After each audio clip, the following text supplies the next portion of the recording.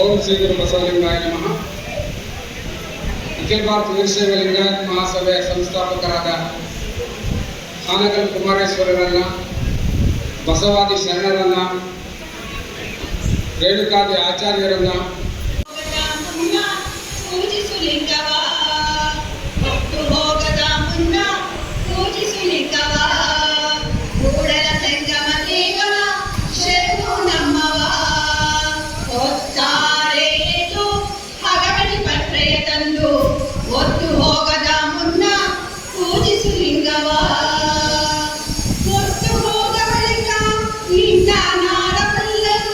ಧನ್ಯವಾದಗಳು ಸರ್, ತಮ್ಮ ಅಮೂಲ್ಯ ಸಮಯವನ್ನು ನಮಗಾಗಿ ಕೊಟ್ಟಿದ್ದಕ್ಕೆ. ಸರ್ ಹಾಗೆ ನೋಡಿ, ಸರ್ ಹಾಗೆ ನೋಡಿ, ಸರ್ ಈ ಕಡೆ ಓಕೆ. ಬಸವಣ್ಣವರು ಕೇವಲ ಒಂದು ಸಮಾಜಕ್ಕೆ ಸೀಮಿತವಾದವರಲ್ಲ.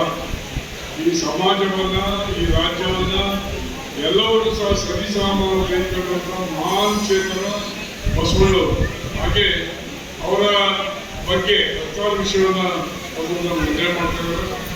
ಈಗ ಇಷ್ಟಲಿಂಗ ಪೂಜೆ ಎಲ್ಲ ಯುವಕರೆಲ್ಲ ಒಂದು ಕಡೆ ಜಾತಿ ತಪ್ಪುವಂತ ಕಾಲದಲ್ಲಿ ನಮ್ಮನ್ನೆಲ್ಲ ಬೇರೆಲ್ಲ ಕೊಂಡೊಯ್ದು ಈಶ್ವರನ ಬಗ್ಗೆ ಭಕ್ತಿಯನ್ನ ಮಾಡತಕ್ಕಂಥ ಒಂದು ಕಾರ್ಯಕ್ರಮವನ್ನು ನೆರವೇರಿಸಿದರೆ ನಾನು ಅವರಿಗೆ ತುಂಬ ಧನ್ಯವಾದವನ್ನು ಸಂದರ್ಭದಲ್ಲಿ ಹೇಳ್ತಾ, ಬಂಧುಗಳೇ, ಇವತ್ತು ಆದರ್ಶ ಪುರುಷ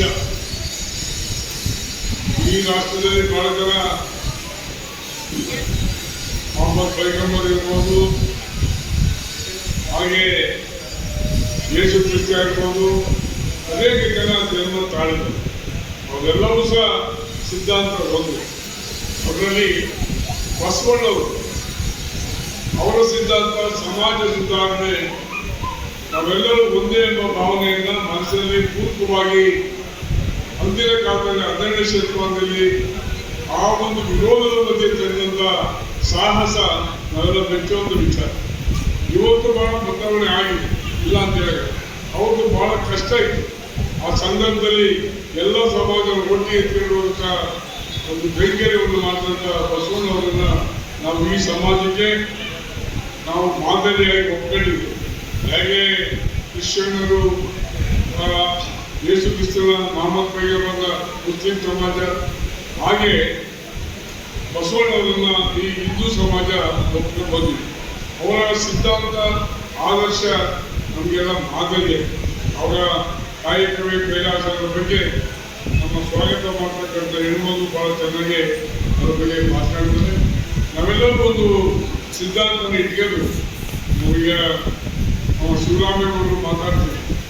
ಅವರು ಬಹುಶಃ ಸಿಂಗಾಪುರದಲ್ಲಿ ನಾನು ಫಸ್ಟ್ ಆಫೀಸ್ ಹೋಗ್ಕೊಂಡು USA ನಮ್ಮ ಜನ ಬೆಂಗಳೂರಿನಿಂದ ಸುಮಾರು ಜನಕ್ಕೆ ನಾನು ಕೆಲಸ ಕೊಟ್ಟಿದ್ದೀನಿ. ಬಹಳ ಅಡ್ವಾನ್ಸ್ ಅಂತ ಏನು ಇವತ್ತು ಬಹಳ ವರ್ಷದ ನಂತರ ಇವತ್ತು ಏನು ಸನ್ಮಾನ್ಯ ಮಾನ್ಯ ಶಾಸಕರಿಗೆ ಧನ್ಯವಾದಗಳು. ಇದೀಗ ಮುಖ್ಯ ಅತಿಥಿಗಳಾದಂತಹ ಅಖಿಲ ಭಾರತ ವೀರಶೈವ ಲಿಂಗಾಯತ ಮಹಾಸಭಾ ರಾಜ್ಯ ಘಟಕದ ಪ್ರಧಾನ ಕಾರ್ಯದರ್ಶಿಗಳಾದ ಶರಣ ನಟರಾಜ್ ಸಾಗರನಹಳ್ಳಿರವರು ಕಾರ್ಯಕ್ರಮವನ್ನು ಕುರಿತು ತಮ್ಮ ಮಾತುಗಳನ್ನು ಹಂಚಿಕೊಳ್ಳಬೇಕೆಂದು ಕೇಳಿಕೊಳ್ಳುತ್ತಿದ್ದೇನೆ. ಕಾರ್ಯಕ್ರಮವನ್ನ ಆರ್ಟಿಫಿಷಿಯಲ್ ಇಂಟೆಲಿಜೆನ್ಸ್ ಮುಖಾಂತರ ಮಾಡ್ತಾ ಇದ್ದಾರೆ. ನೀವು ವಚನ.com ಅಂತ ಒಂದು ಸಂಸ್ಥೆ ಇದೆ, ಒಂದು ಆ್ಯಪ್ ಇದೆ ನಿಮಗೆ ವಚನ.com ಅಂತ. ನೀವು ನಿಮ್ಮ ಲೌಕಿಕ ಸಂಬಂಧವಾದಂಥ ಯಾವ ಪ್ರಶ್ನೆನಾದರೂ ನೀವು ಅದರಲ್ಲಿ ಕೇಳ್ಬೋದು. ಅದಕ್ಕೆ ವಚನಕಾರರು ಬಸವಾದಿ ಶರಣರು ಏನು ಉತ್ತರ ಕಂಡುಕೊಂಡಿದ್ರು, ನೀವು ಎಕ್ಸಾಂಪಲ್ ಹಸಿವು ಅಂತ ಕೇಳಿದ್ರೆ ಹಸಿವು ಬಗ್ಗೆ 8 ಜನ ವಚನಕಾರರು ಮಾತಾಡಿದ್ದಾರೆ. ಅಕ್ಮಾದೇವಿ ಮಾತಾಡಿದ್ದಾರೆ, ಅಲ್ಲಮ್ಮ ಪ್ರಭುಗಳು ಮಾತಾಡಿದ್ದಾರೆ, ಸಿದ್ದರಾಮೇಶ್ವರರು ಮಾತಾಡಿದ್ದಾರೆ, ಇನ್ನು ಅನೇಕ ವಚನಕಾರರು ನಿಮಗೆ ಹೆಸರೇ ಗೊತ್ತಿಲ್ಲ. ಅಷ್ಟು ಜನದ್ದು ಉತ್ತರ ಅದರಲ್ಲಿ ಬರುತ್ತೆ. ಎಲ್ಲ 23,000 ವಚನಗಳು ಏನು ನಮಗೆ ಲಭ್ಯವಿದೆ ಅಷ್ಟಕ್ಕೂ ಉತ್ತರ ಅದನ್ನು ಸಿಗುತ್ತೆ ಒಂದು ಸೆಕೆಂಡಲ್ಲಿ. ನಾವು ಏನೇನಾದ್ರು ನೀವೇನ ಒಂದು ಮೊಬೈಲಲ್ಲಿ ಹಾಕೊಂಡು ಇಂಥ ಸಮಸ್ಯೆ ಇದೆ ಏನಂದ್ರೆ ವಚನಕಾರರು ಅದಕ್ಕೆ ಏನು ಸಮಸ್ಯೆಗೆ ಉತ್ತರ ಕಂಡಿದ್ರು, ಅಲ್ಟಿಮೇಟ್ ಆನ್ಸರ್ ಏನು ಅದನ್ನು ಬರುತ್ತೆ. ಹಾಗೆ ಉಪನ್ಯಾಸಗಳನ್ನ, ರಾಮಾಯಣವನ್ನ, ಮಹಾಭಾರತವನ್ನ ಇಡೀ ಪ್ರಪಂಚಕ್ಕೆ ಅವರು ಪರಿಚಯ ಮಾಡಿಕೊಟ್ಟಿದ್ದಾರೆ. ಅದಲ್ಲದೆ ಇವತ್ತಿನ ಕಾಲಕ್ಕೆ ಏನು ನಾವು ನಮ್ಮ ಸರ್ಕಾರ ಈಗ ಮೊನ್ನೆ ಘೋಷಣೆ ಮಾಡಿದೆ AI ಅಂದರೆ ಆರ್ಟಿಫಿಷಿಯಲ್ ಇಂಟೆಲಿಜೆನ್ಸ್ 1ನೇ ಕ್ಲಾಸಿಂದ ಸ್ಟಾರ್ಟ್ ಮಾಡಬೇಕು ಅಂತೇಳಿ. ನಮ್ಮ ನರಮಂಡಲದ ವ್ಯವಸ್ಥೆಯನ್ನು ಇಟ್ಕೊಂಡು ಹೇಗೆ ಟೀಚ್ ಮಾಡಬೇಕು ಅಂತಕ್ಕಂಥದ್ದನ್ನ ಅವರು ಇಡೀ ಪ್ರಪಂಚಕ್ಕೆ ಇನ್ನೋವೇಟ್ ಮಾಡಿಕೊಟ್ಟಿದ್ದಾರೆ. ಅದು ಸನ್ಮಾನ ಕಾರ್ಯಕ್ರಮ ಛಲಬೇಕು ಶರಣಂಗೆ ಪರಧನವನ್ನೊಲ್ಲೆನೆಂಬ ಛಲಬೇಕು ಶರಣಂಗೆ ಪರಸತಿಯನ್ನೊಲ್ಲೆನೆಂಬ ಛಲಬೇಕು ಶರಣಂಗೆ ಛಲಬೇಕವೆಂಬ ಛಲವಿಲ್ಲದವರ ಮೆಚ್ಚ ಕೂಡಲ ಸಂಗಮ ದೇವ.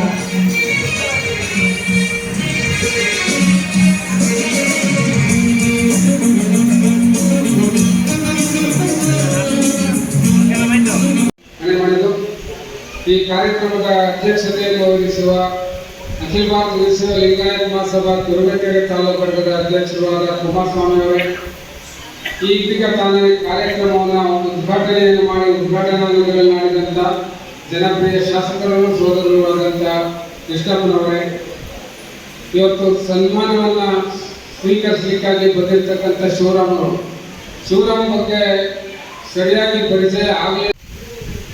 ನಮ್ಮ ಜೀವನದಲ್ಲಿ ಎಷ್ಟು ಮಹತ್ವಪೂರ್ಣವಾದದ್ದು ಆ ಇಷ್ಟಲಿಂಗ ಯೋಗ ಅಂತಲೇ ಅದನ್ನು ಕರೀಬೋದು. ಇಷ್ಟಲಿಂಗ ಯೋಗದಿಂದ ನಮ್ಮ ಜೀವನದ ಎಲ್ಲ ಸಮಸ್ಯೆಗಳನ್ನು ಪರಿಹಾರ ಮಾಡ್ಕೋಬೋದು. ಆ ಯೋಗದ ಸಿದ್ಧಾಂತನೇ ಆಗಿದೆ. ನಮ್ಮ ಜೀವನದ ಸಾಮಾಜಿಕ ಸಮಸ್ಯೆಗಳು, ಆರ್ಥಿಕ ಸಮಸ್ಯೆ,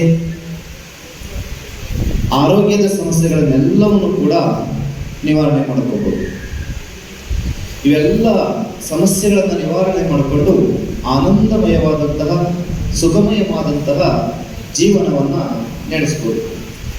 ಇಷ್ಟು ಸಾಕಲ್ವೇ ನಮಗೆ? ಬೇಕಾಗಿರೋದೇ ಇಷ್ಟು. ಸಾಮಾಜಿಕ, ಆರ್ಥಿಕ ಮತ್ತು ಆರೋಗ್ಯ ಸಮಸ್ಯೆಗಳ ಪರಿಹಾರ ಆದರೆ ಮನುಷ್ಯನ ಜೀವನ ಸುಖಮಯವಾಗಿದೆ. ಆ ಯೋಗ ಸಿದ್ಧಾಂತದ ಇಷ್ಟಲಿಂಗ ಯೋಗ ಸಿದ್ಧಾಂತ ಏನಪ್ಪಾ ಅಂದರೆ ಕಾಯಕವೇ ಅದರ ಮೂಲ ಸಿದ್ಧಾಂತ. ಸಾಲವನ್ನು ಮಾಡಿ ಪೂಜೆ ಮಾಡೋದ್ರಿಂದ ಹಣ ಸಂಪಾದನೆ ಆಗೋದಿಲ್ಲ. ಕಾಯಕವನ್ನೇ ಪೂಜೆಯನ್ನಾಗಿ ಮಾಡಿದ್ರೆ ಹಣ ಸಂಪಾದನೆ ಆಗುತ್ತೆ. ಕಾಯಕವನ್ನೇ ಪೂಜೆಯನ್ನಾಗಿ ಮಾಡಬೇಕು. ಆ ಬಂದದ್ದನ್ನ ನಾವಷ್ಟು ಬಳಸಿ ಇನ್ನು ಮಿಕ್ಕದ್ದನ್ನ ದಾಸೋಹ ಮಾಡಬೇಕು. ದಾಸೋಹ ಮಾಡಿದಾಗ ನಮ್ಮ ಮನಸ್ಸು ಉಲ್ಲಾಸಭರಿತವಾಗಿರುತ್ತೆ, ಮನಸ್ಸು ಸದೃಢವಾಗಿರುತ್ತೆ. ದಾನದ ಫಲ ದಾನ ನೀಡಿದವರಿಗೆ ಹೊರತು ದಾನ ಪಡೆದವರಿಗಲ್ಲ. ದಾನದ ಫಲ ಯಾವಾಗಲೂ ದಾನ ನೀಡಿದವರಿಗೆ ಸಿಗುತ್ತೆ ಹೊರತು ದಾನ ಪಡೆದವರಿಗೆ ಸಿಗಲಿಲ್ಲ. ಇಂತಹ ಮನಸ್ಸು ಉಲ್ಲಾಸಭರಿತ ಆಗಲಿಕ್ಕೆ ನಾವು ಏನೇನೆಲ್ಲ ಮಾಡಬೇಕು? ಇತ್ತೀಚಿನ ದಿನಮಾನಗಳಲ್ಲಿ ಆಟೋ ಇಮ್ಯೂನ್ ಡಿಸೀಸ್ ಅಂತ ಬರ್ತಾ ಇದೆ. ಆ ಆಟೋ ಅದು ನಾರ್ಮಲಿ ಈಗ ಇಂಡಿಯಾದಲ್ಲಿ, ಭಾರತದಲ್ಲೇ ಎಲ್ಲರಿಗೂ ಅಷ್ಟು ಸರಿಯಾಗಿ ಗೊತ್ತಿಲ್ಲ ಏನೇನು ಆಗ್ತದೆ ಇದರಿಂದ ಅಂತ. ಇದು ಒಂದು ತುಂಬಾ ಪವರ್ಫುಲ್ ಟೆಕ್ನಾಲಜಿ. ಅಂದ್ರೆ ಮೊಬೈಲ್ ಫೋನ್ ಹೇಗೆ ಬಂತೋ, ಮೊಬೈಲ್ ಫೋನ್ ಇಂದ ನಮ್ಗೆ ಎಲ್ಲ ಜೀವನ ಹೇಗೆ ಬದಲಾಯ್ತೋ, ಯಾರು ಯಾರ ಜೊತೆ ಬೇಕಾದ್ರೂ ಮಾತಾಡ್ಬೋದು, ಆ ಥರ ಆಯ್ತು. ಅದೇ ತರ AI ಕೂಡ ಒಂದು ತುಂಬಾ ಪವರ್ಫುಲ್ ಟೆಕ್ನಾಲಜಿ. ಅದನ್ನು ಉಪಯೋಗಿಸಿ ನಾವು ಬುದ್ಧಿವಂತಿಕೆಯನ್ನು ಉಪಯೋಗಿಸಿ ಮಾಡೋಂಥ ಕೆಲಸಗಳನ್ನೆಲ್ಲ ಕೃತಿಕ ಬುದ್ಧಿಮತ್ತೆ ಉಪಯೋಗಿಸಿ ಮಾಡ್ಬೋದು. ಅದರಿಂದ ಪ್ರಾಬ್ಲಮ್ಸ್ ಆಗುತ್ತೆ, ಕಷ್ಟಗಳು ಬರುತ್ತೆ. ಯಾವ ಥರ ಕಷ್ಟ ಬರ್ಬೋದು ಅಂದ್ರೆ, ಈಗ ನೋಡಿ ಬೆಂಗಳೂರಲ್ಲೇ ಎಷ್ಟು ಜನ IT ಇದ್ದಾರೆ, ಇನ್ಫಾರ್ಮೇಶನ್ ಟೆಕ್ನಾಲಜಿ, ಸಾಫ್ಟ್ವೇರ್ ಅಂತ ಕೇಳಿರ್ತೀರಾ. ಬೆಂಗಳೂರಲ್ಲಿ ಇರೋರೆಲ್ಲ ಸಾಫ್ಟ್ವೇರ್ ಅಲ್ಲಿ ಇರೋರೆ, ಕೆಲಸ ಮಾಡೋರೆ. ಅವ್ರ ಕೆಲಸನೂ ಮಾಡಾಕ್ಬಿಡುತ್ತೆ, ಅದೇ ಮಾಡ್ಬಿಡುತ್ತೆ. ಜನ 5 ದಿನದಲ್ಲಿ ಮಾಡೋ ಕೆಲಸನ ಅದು 3 ನಿಮಿಷದಲ್ಲಿ ಮಾಡಕ್ಕೆ. ಸೊ ಆ ಥರ ಟೆಕ್ನಾಲಜಿ ಇರಬೇಕಾದ್ರೆ ಎಷ್ಟು ಜನ ಕೆಲಸ ಕಳ್ಕೊಬೋದು, ಅದರಿಂದ ಎಷ್ಟು ಪ್ರಾಬ್ಲಮ್ ಆಗ್ಬೋದು. ಅದೇ ಥರ ನೀವು ಟೆಕ್ನಾಲಜಿ ನೀವು ಏನೇ ನೋಡಿದ್ರು, ಟೆಕ್ನಾಲಜಿನ ಒಳ್ಳೆದಕ್ಕೂ ಉಪಯೋಗಿಸ್ಬೋದು, ಕೆಟ್ಟದಕ್ಕೂ ಉಪಯೋಗಿಸ್ಬೋದು. ಕೆಲಸಗಳಿಂದ ಜನಗಳನ್ನ ಕೆಲಸದಿಂದನೂ ತೆಗಿಬೋದು. ಯಾವುದೋ ಇವತ್ತು ನೀವು ಕೇಳಿರ್ತೀರಾ, ನಿಮ್ಗೆ ಯಾವುದೋ ಫೋನ್ ಬರುತ್ತೆ, ನಿಮ್ದು OTP ಕಳಿಸಿ ಅಂತಾರೆ ಯಾರೋ. ಆ OTP ಇಸ್ಕೊಂಡು ನಿಮ್ಮ ಅಕೌಂಟಿಂದ ಬೇಕಾದ್ರೆ ದುಡ್ಡು ತಗೊಳ್ಬೋದು. ಈ ಥರ ಕೆಟ್ಟದಕ್ಕೂ ಉಪಯೋಗಿಸ್ಬೋದು, ಅದೇ ಥರ ಒಳ್ಳೇದಕ್ಕೂ ಉಪಯೋಗಿಸ್ಬೋದು. AI ತುಂಬಾ ಬೇರೆ ಬೇರೆ ಥರದ್ದು ಕೆಲಸಗಳು, ಮುಂದೆ ಬೇರೆ ಬೇರೆ ಥರ ವಿಧಾನದ ಕೆಲಸಗಳನ್ನ ಸ್ಟಾರ್ಟ್ ಆಗ್ತವೆ. ಅವನ್ನೆಲ್ಲ ನಾವು ಕಲಿಬೇಕು. ಮಾಡಿದ್ರು ಜೀವಿತಾವಧಿ ಅಲ್ಪ ಅಂದ್ರೆ ಹೆಚ್ಚಿಗೆ ಇಲ್ಲ ಅಂತ ಅಂದ್ರೂ ಅಷ್ಟೇ ಅವಧಿನಲ್ಲಿ ಅವರು ಅಷ್ಟು ಕ್ರಾಂತಿಗಳನ್ನ ಮಾಡಿದ್ರು. ಒಬ್ಬ ಮಂತ್ರಿಯಾಗಿ ಅವ್ರು ಏನ್ ಕೆಲಸ ಮಾಡಿದ್ರು ಅದೇ ರೀತಿ ಸಮಾಜಕ್ಕೋಸ್ಕರ ಎಷ್ಟು ಕೆಲಸಗಳನ್ನು ಮಾಡಬೇಕು ಅನ್ನೋದನ್ನ ಮಾಡಿದ್ರು.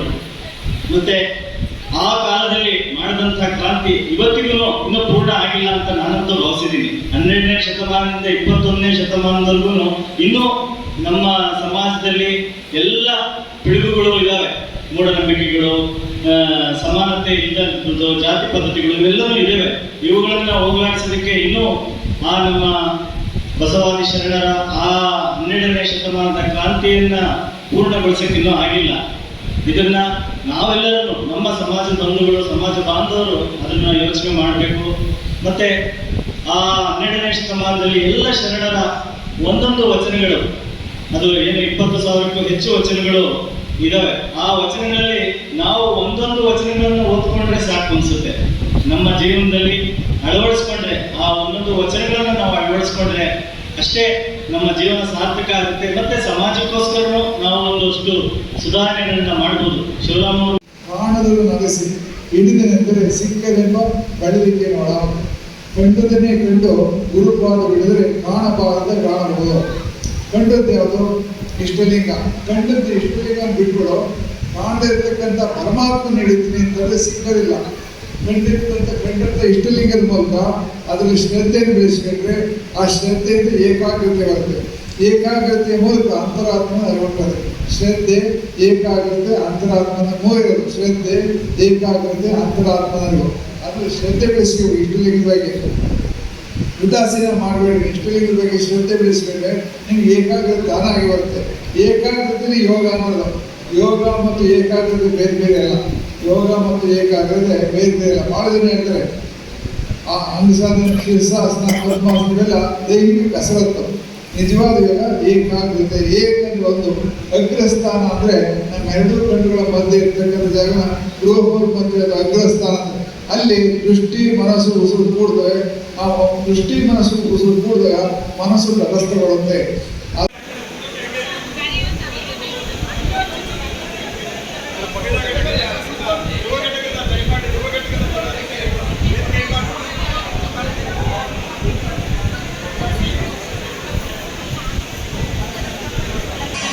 Okay done. ತಮ್ಮ ಉತ್ಸವದ ಹಾಗೂ ಪದಗ್ರಹಣ ಕಾರ್ಯಕ್ರಮವನ್ನು ನೆರವೇರಿಸಿದ ಮಹಿಳಾ ಘಟಕದ ರಾಜ್ಯಾಧ್ಯಕ್ಷರಾದ ಕೋಶಾಧ್ಯಕ್ಷರು ಸಂತೋಷ್ ದೇವ್, ಭರತ್ ಎಸ್ ಕಾರ್ಯದರ್ಶಿಯಾಗಿ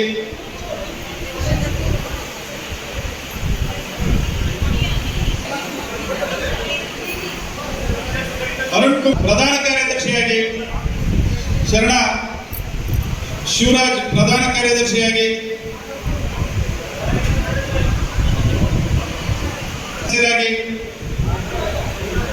ಟಿಸಿ ಮನೋಜ್ ಮತ್ತೊಮ್ಮೆ ಹೋಗ್ತಾ ಇದ್ದೀವಿ.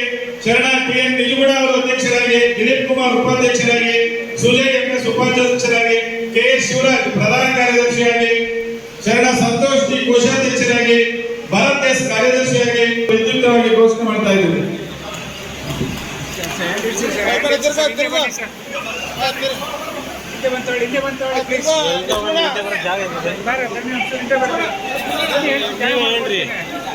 ಹಿಂದೆ ಬರೋಕ್ಕೆ ಜಾಗ ಇದೆ ಅಲ್ಲಿ.